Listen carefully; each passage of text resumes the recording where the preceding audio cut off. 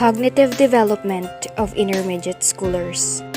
According to Jean Piaget, it is with the children that we have the best chance of studying the development of logical knowledge, mathematical knowledge, physical knowledge, and faith. Quite interesting, and that was actually factual, isn't it?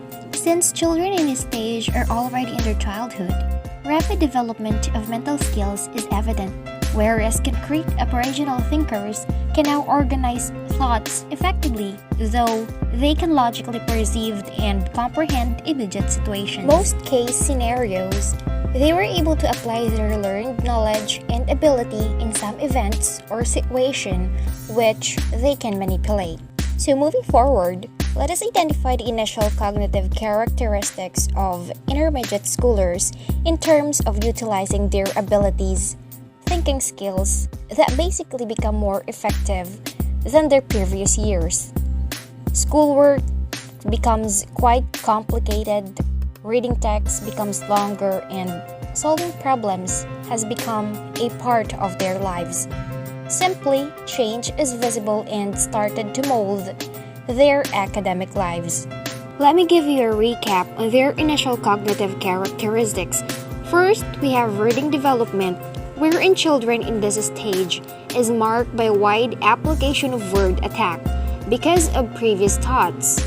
They have wide vocabulary, which enables them to understand the meaning of unknown words through context clues.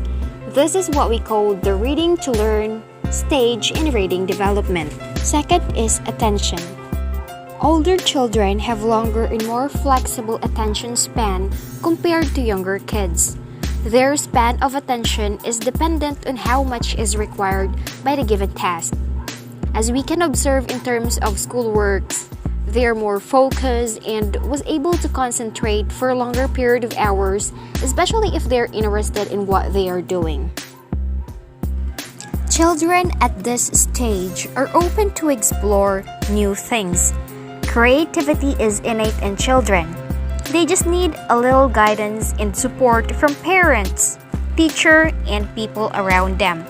They are usually at their best when the work is done in small pieces. So what advice I can give to their parents is to encourage different responses from each child.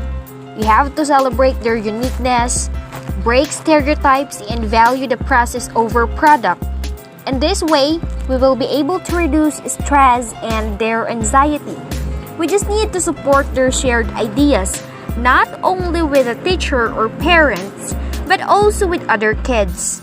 Always be reminded to minimize competition and external reward. That is very important.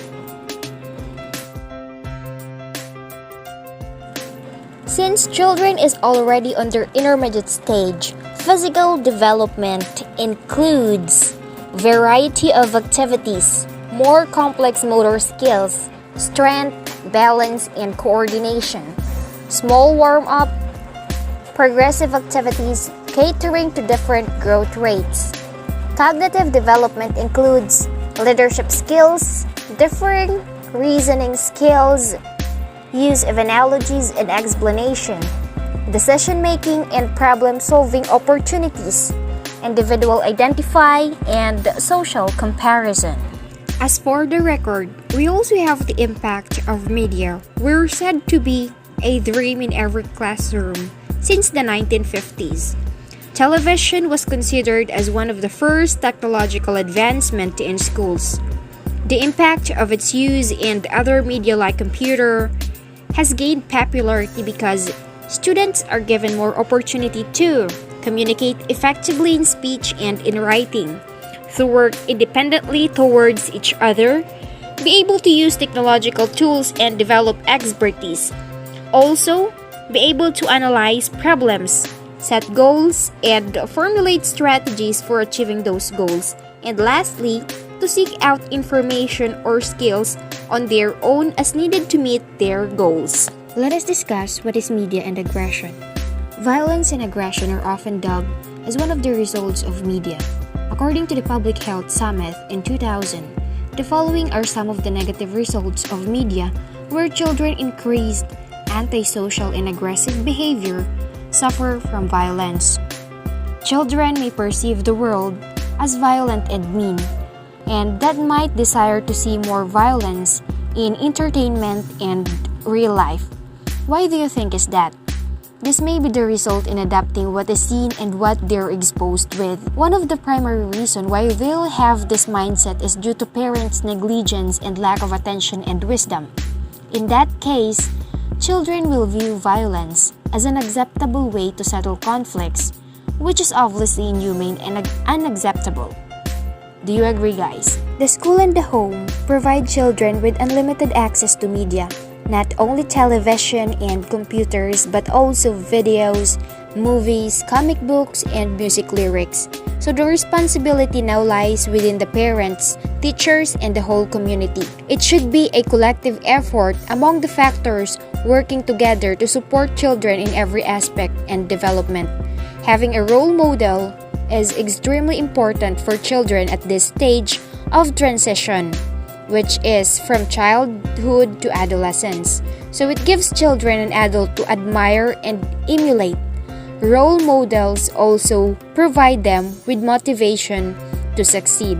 One of the most important roles of teachers is to become a very good role model to their children.